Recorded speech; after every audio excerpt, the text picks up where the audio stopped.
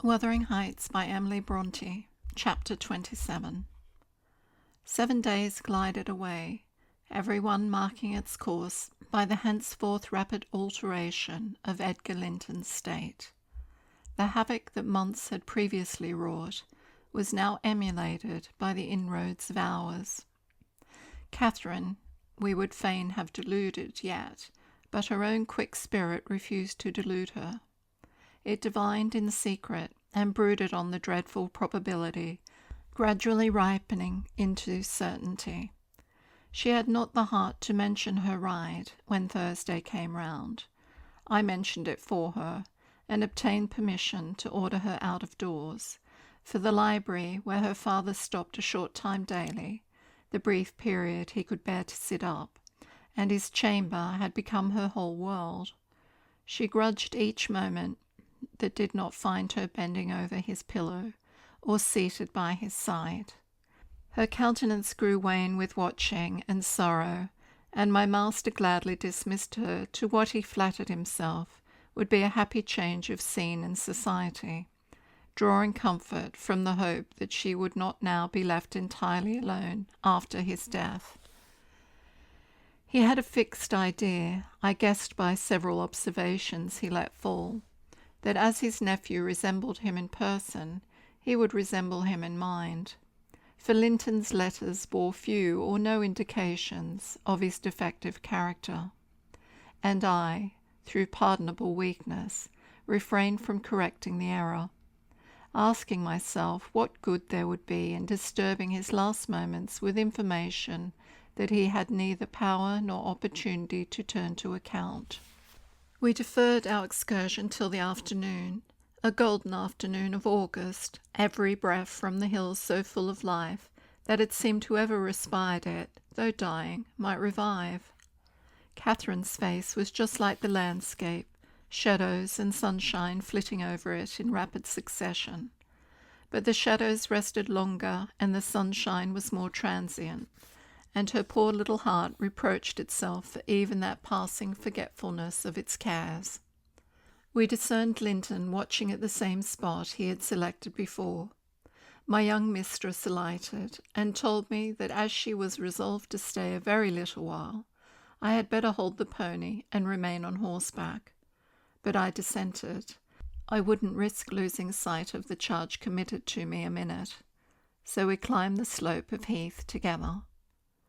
Master Heathcliff received us with greater animation on this occasion, not the animation of high spirits, though, nor yet of joy. It looked more like fear. "It is late," he said, speaking short and with difficulty. "Is not your father very ill? I thought you wouldn't come." "Why won't you be candid?" cried Catherine, swallowing her greeting. "Why cannot you say at once you don't want me? It is strange, Linton, that for the second time you have brought me here on purpose, apparently, to distress us both, and for no reason besides." Linton shivered and glanced at her, half supplicating, half ashamed, but his cousin's patience was not sufficient to endure this enigmatical behaviour. "My father is very ill," she said, "and why am I called from his bedside? Why didn't you send to absolve me of my promise, when you wished I wouldn't keep it? Come, I desire an explanation. Playing and trifling are completely banished out of my mind, and I can't dance attendance on your affectations now." "My affectations?" he murmured. "What are they? For heaven's sake, Catherine, don't look so angry. Despise me as much as you please. I am a worthless, cowardly wretch. I can't be scorned enough. But I'm too mean for your anger. Hate my father, and spare me for contempt." "Nonsense," cried Catherine in a passion. "Foolish, silly boy. And there, he trembles, as if I were really going to touch him. You needn't bespeak contempt, Linton. Anybody will have it spontaneously, at your service. Get off. I shall return home. It is folly dragging you from the hearthstone and pretending. What do we pretend? Let go my frock. If I pitied you for crying and looking so very frightened, you should spurn such pity. Ellen, tell him how disgraceful his conduct is. Rise, and don't degrade yourself into an abject reptile. Don't." With streaming face and an expression of agony, Linton had thrown his nerveless frame along the ground. He seemed convulsed with exquisite terror. "Oh," he sobbed, "I cannot bear it. Catherine, Catherine, I'm a traitor too, and I dare not tell you. But leave me and I shall be killed.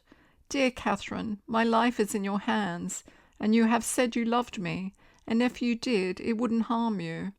You'll not go then, kind, sweet, good Catherine, and perhaps you will consent, and he'll let me die with you." My young lady, on witnessing his intense anguish, stooped to raise him. The old feeling of indulgent tenderness overcame her vexation, and she grew thoroughly moved and alarmed. "Consent to what?" she asked. "To stay? Tell me the meaning of this strange talk, and I will. You contradict your own words and distract me. Be calm and frank, and confess at once all that weighs on your heart. You wouldn't injure me, Linton, would you? You wouldn't let any enemy hurt me, if you could prevent it. I'll believe you are a coward for yourself, but not a cowardly betrayer of your best friend." "But my father threatened me," gasped the boy, clasping his attenuated fingers, "and I dread him. I dread him. I dare not tell." "Oh, well," said Catherine, with scornful compassion. "Keep your secret. I'm no coward. Save yourself. I'm not afraid." Her magnanimity provoked his tears. He wept wildly, kissing her supporting hands, and yet could not summon courage to speak out. I was cogitating what the mystery might be, and determined Catherine should never suffer to benefit him or anyone else by my goodwill, when, hearing a rustle along the ling, I looked up and saw Mr. Heathcliff almost close upon us, descending the heights. He didn't cast a glance towards my companions, though they were sufficiently near for Linton's sobs to be audible. But hailing me in the almost hearty tone he assumed to none besides, and the sincerity of which I couldn't avoid doubting, he said, "It is something to see you so near my house, Nelly. How are you at the Grange? Let us hear. The rumour goes," he added in a lower tone, "that Edgar Linton is on his deathbed. Perhaps they exaggerate his illness." "No, my master is dying," I replied. "It is true enough. A sad thing it will be for us all, but a blessing for him." "How long will he last, do you think?" he asked. "I don't know," I said. "Because," he continued, looking at the two young people, who were fixed under his eye, Linton appeared as if he could not venture to stir or raise his head, and Catherine could not move on his account. "Because that lad yonder seems determined to beat me, and I'd thank his uncle to be quick and go before him. Hullo, has the whelp been playing the game long? I did give him some lessons about snivelling. Is he pretty lively with Miss Linton generally?" "Lively? No, he has shown the greatest distress," I answered. "To see him, I should say that instead of rambling with his sweetheart on the hills, he ought to be in bed, under the hands of a doctor." "He shall be in a day or two," muttered Heathcliff. "But first, get up, Linton, get up," he shouted. "Don't grovel on the ground there. Up this moment."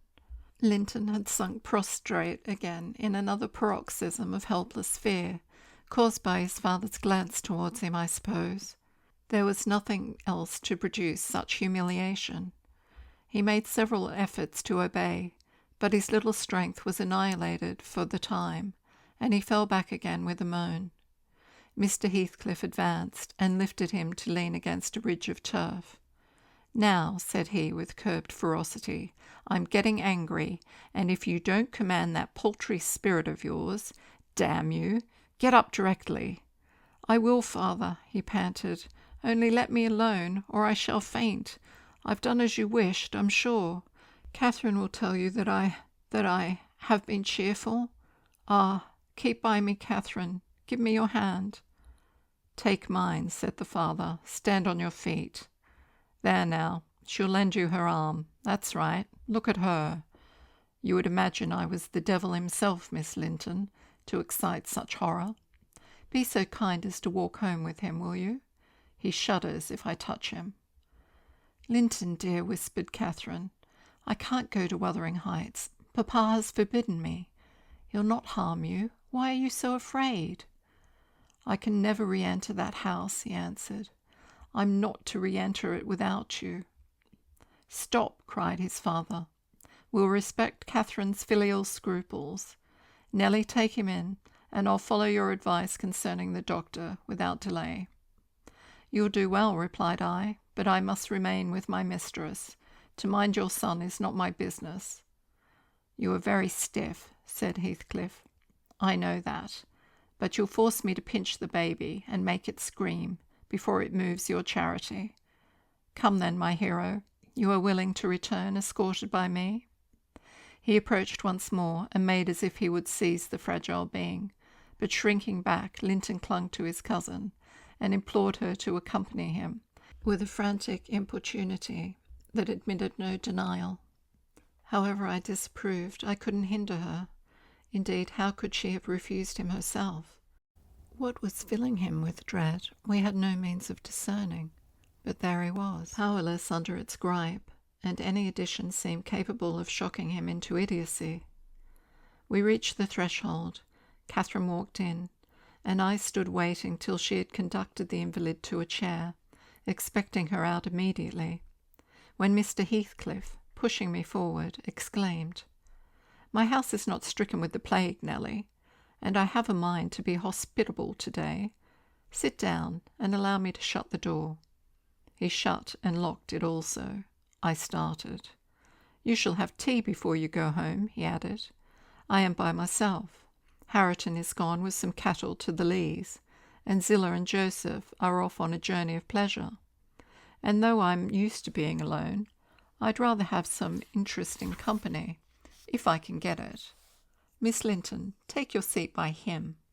I give you what I have. The present is hardly worth accepting, but I have nothing else to offer. It is Linton, I mean." How she does stare!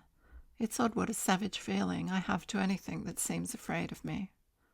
Had I been born where laws are less strict and tastes less dainty, I should treat myself to a slow vivisection of those two as an evening's amusement. He drew in his breath, struck the table, and swore to himself. "By hell, I hate them." "I'm not afraid of you," exclaimed Catherine, who could not hear the latter part of his speech. She stepped close up, her black eyes flashing with passion and resolution. "Give me that key, I will have it," she said. "I wouldn't eat or drink here if I was starving." Heathcliff had the key in his hand that remained on the table. He looked up, seized with a sort of surprise at her boldness, or possibly reminded by her voice and glance of the person from whom she inherited it. She snatched at the instrument, and half succeeded in getting it out of his loosened fingers, but her action recalled him to the present. He recovered it speedily. "Now, Catherine Linton," he said, "stand off, or I shall knock you down, and that will make Mrs. Dean mad." Regardless of this warning, she captured his closed hand and its contents again. "We will go," she repeated, exerting her utmost efforts to cause the iron muscles to relax, and finding that her nails made no impression, she applied her teeth pretty sharply. Heathcliff glanced at me a glance that kept me from interfering a moment. Catherine was too intent on his fingers to notice his face. He opened them suddenly, and resigned the object of dispute. But, ere she had well secured it, he seized her with the liberated hand, and, pulling her on his knee, administered with the other a shower of terrific slaps on both sides of the head, each sufficient to have fulfilled his threat, had she been able to fall. At this diabolical violence I rushed on him furiously. "You villain!" I began to cry. "You villain!" A touch on the chest silenced me. I am stout, and soon put out of breath, and what with that and the rage, I staggered dizzily back, and felt ready to suffocate or to burst a blood vessel. The scene was over in 2 minutes. Catherine, released, put her 2 hands to her temples, and looked just as if she were not sure whether her ears were off or on. She trembled like a reed, poor thing, and leant against the table perfectly bewildered. "I know how to chastise children, you see," said the scoundrel grimly, as he stooped to repossess himself of the key, which had dropped to the floor. "Go to Linton now, as I told you, and cry at your ease. I shall be your father tomorrow, all the father you'll have in a few days, and you shall have plenty of that. You can bear plenty. You're no weakling. You shall have a daily taste if I catch such a devil of a temper in your eyes again." Cathy ran to me instead of Linton and knelt down and put her burning cheek on my lap, weeping aloud. Her cousin had shrunk into a corner of the settle, as quiet as a mouse, congratulating himself, I dare say, that the correction had lighted on another than him. Mr. Heathcliff, perceiving us all confounded, rose and expeditiously made the tea himself. The cups and saucers were laid ready. He poured it out and handed me a cup. "Wash away your spleen," he said, "and help your own naughty pet and mine. It is not poison, though I prepared it. I'm going out to seek your horses." Our first thought on his departure was to force an exit somewhere. We tried the kitchen door, but that was fastened outside. We looked at the windows. They were too narrow for even Cathy's little figure. "Master Linton," I cried, seeing we were regularly imprisoned, "you know what your diabolical father is after, and you shall tell us, or I'll box your ears, as he has done your cousins." "Yes, Linton, you must tell," said Catherine. "It was for your sake I came, and it will be wickedly ungrateful if you refuse." "Give me some tea, I'm thirsty, and then I'll tell you," he answered. "Mrs. Dean, go away. I don't like you standing over me." "Now, Catherine, you are letting your tears fall into my cup. I won't drink that. Give me another." Catherine pushed another to him and wiped her face. I felt disgusted at the little wretch's composure, since he was no longer in terror for himself. The anguish he had exhibited on the moor subsided as soon as ever he entered Wuthering Heights, so I guessed he had been menaced with an awful visitation of wrath if he failed in decoying us there, and, that accomplished, he had no further immediate fears. "Papa wants us to be married," he continued, after sipping some of the liquid, "and he knows your papa wouldn't let us marry now, and he's afraid of my dying if we wait. So we are to be married in the morning, and you are to stay here all night, and, if you do as he wishes, you shall return home next day and take me with you." "Take you with her, pitiful changeling!" I exclaimed. "You marry? Why, the man is mad, or he thinks us fools, everyone. And do you imagine that beautiful young lady, that healthy, hearty girl, will tie herself to a little perishing monkey like you? Are you cherishing the notion that anybody, let alone Miss Catherine Linton, would have you for a husband? You want whipping for bringing us in here at all, with your dastardly puling tricks, and, don't look so silly now, I've a very good mind to shake you severely for your contemptible treachery and your imbecile conceit." I did give him a slight shaking, but it brought on the cough, and he took to his ordinary resource of moaning and weeping, and Catherine rebuked me. "Stay all night? No," she said, looking slowly round. "Ellen, I'll burn that door down, but I'll get out." And she would have commenced the execution of her threat directly, but Linton was up in alarm, for his dear self again. He clasped her in his two feeble arms, sobbing. "Won't you have me and save me? Not let me come to the Grange? Oh, darling Catherine, you mustn't go and leave me after all. You must obey my father, you must." "I must obey my own," she replied, "and relieve him from this cruel suspense. The whole night? What would he think? He'll be distressed already. I'll either break or burn a way out of the house. Be quiet. You're in no danger. But if you hinder me, Linton, I love papa better than you." The mortal terror he felt of Mr. Heathcliff's anger restored to the boy his coward's eloquence. Catherine was near distraught. Still she persisted that she must go home, and tried entreaty in her turn, persuading him to subdue his selfish agony. While they were thus occupied, our jailer re-entered. "Your beasts have trotted off," he said, "and, now, Linton, snivelling again, what has she been doing to you? Come, have done and get to bed. In a month or two, my lad, you'll be able to pay her back her present tyrannies with a vigorous hand. You're pining for pure love, are you not? Nothing else in the world, and she shall have you. There, to bed. Zillah won't be here tonight. You must undress yourself. Hush, hold your noise. Once in your own room, I'll not come near you. You needn't fear. By chance, you've managed tolerably. I'll look to the rest." He spoke these words, holding the door open for his son to pass, and the latter achieved his exit exactly as a spaniel might, which suspected the person who attended on it of designing a spiteful squeeze. The lock was re-secured. Heathcliff approached the fire, where my mistress and I stood silent. Catherine looked up and instinctively raised her hand to her cheek. His neighbourhood revived a painful sensation. Anybody else would have been incapable of regarding the childish act with sternness, but he scowled on her and muttered, "Oh, you are not afraid of me? Your courage is well disguised. You seem damnably afraid." "I am afraid now," she replied, "because if I stay, Papa will be miserable, and how can I endure making him miserable when he, Mr. Heathcliff, let me go home.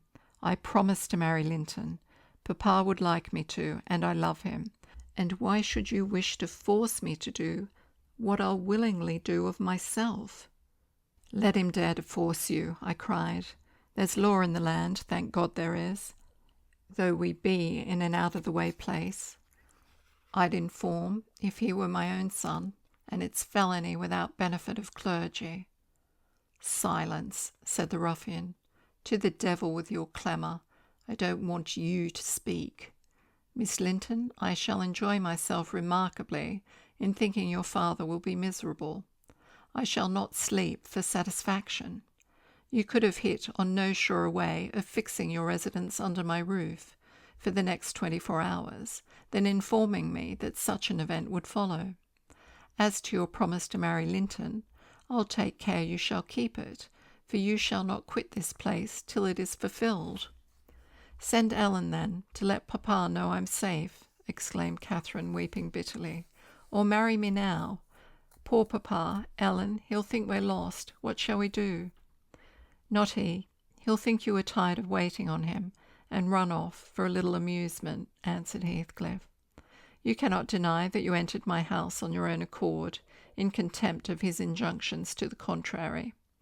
And it is quite natural that you should desire amusement at your age, and that you should weary of nursing a sick man, and that man only your father. Catherine, his happiest days were over when your days began. He cursed you, I dare say, for coming into the world. I did, at least. And it would just do if he cursed you as he went out of it. I'd join him. I don't love you. How should I? Weep away. As far as I can see, it will be your chief diversion hereafter, unless Linton makes amends for other losses, and your provident parent appears to fancy he may. His letters of advice and consolation entertain me vastly. In his last, he recommended my jewel to be careful of his, and kind to her when he got her. Careful and kind, that's paternal. But Linton requires his whole stock of care and kindness for himself. Linton can play the little tyrant well. He'll undertake to torture any number of cats if their teeth be drawn and their claws pared. You'll be able to tell his uncle fine tales of his kindness when you get home again, I assure you." "You're right there," I said. "Explain your son's character. Show his resemblance to yourself, and then, I hope, Miss Cathy will think twice before she takes the cockatrice." "I don't much mind speaking of his amiable qualities now," he answered, "because she must either accept him or remain a prisoner, and you along with her, till your master dies.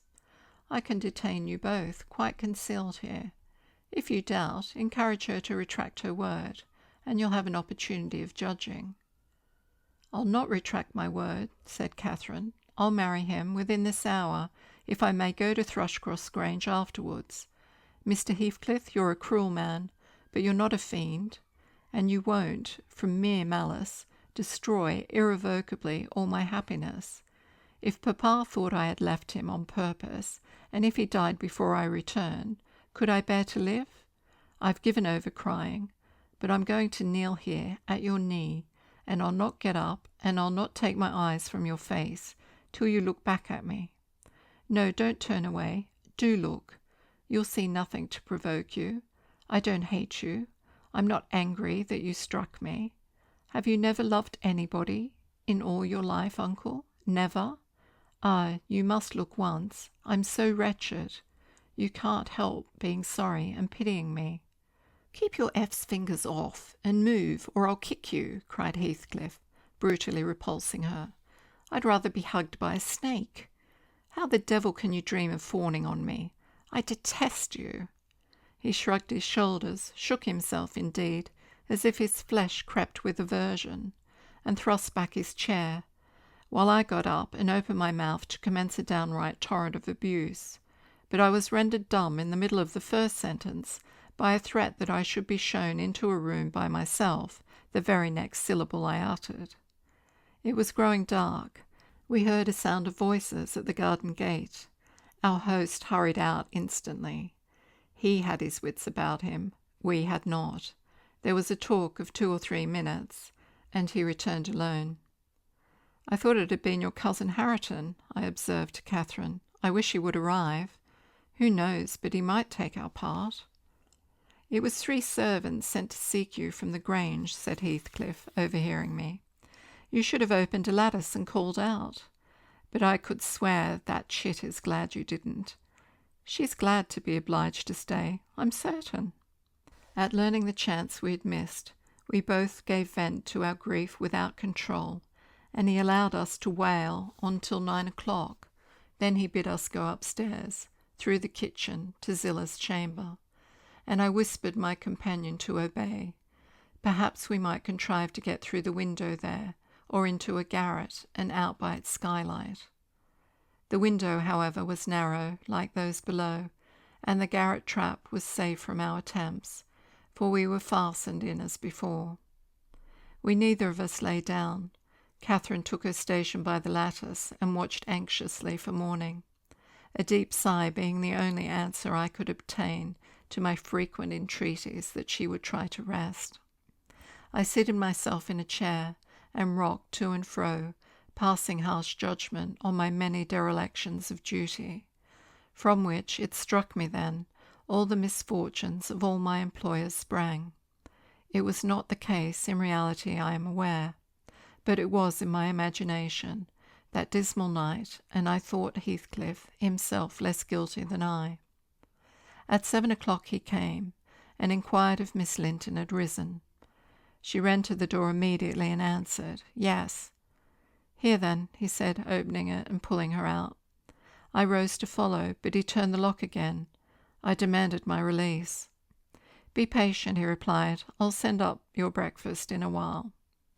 I thumped on the panels and rattled the latch angrily, and Catherine asked why I was still shut up. He answered I must try to endure it another hour, and they went away. I endured it 2 or 3 hours. At length I heard footstep, not Heathcliff's. "I brought you something to eat," said a voice. "Open to door."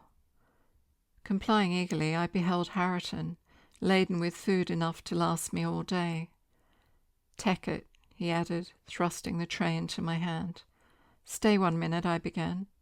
"Nay," cried he, and retired, regardless of any prayers I could pour forth to detain him. And there I remained enclosed the whole day, and the whole of the next night, and another and another. 5 nights and 4 days I remained, altogether, seeing nobody but Hareton, once every morning, and he was a model of a jailer, surly and dumb and deaf to every attempt at moving his sense of justice or compassion.